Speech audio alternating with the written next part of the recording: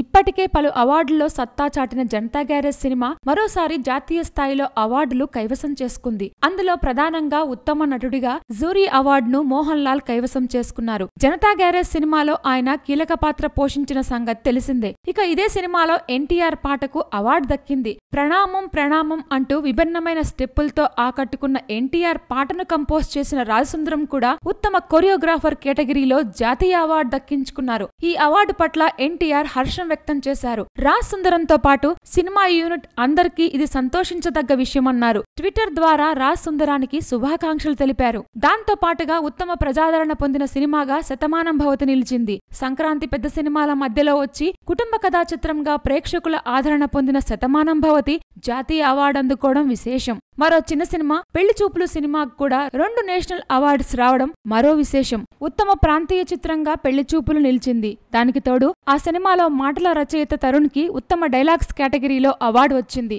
మొత్తంగా ఈసారి టాలీవుడ్ కి 4 అవార్డులు దక్కాయి. Please subscribe. Hi, it's me Purna. Please subscribe.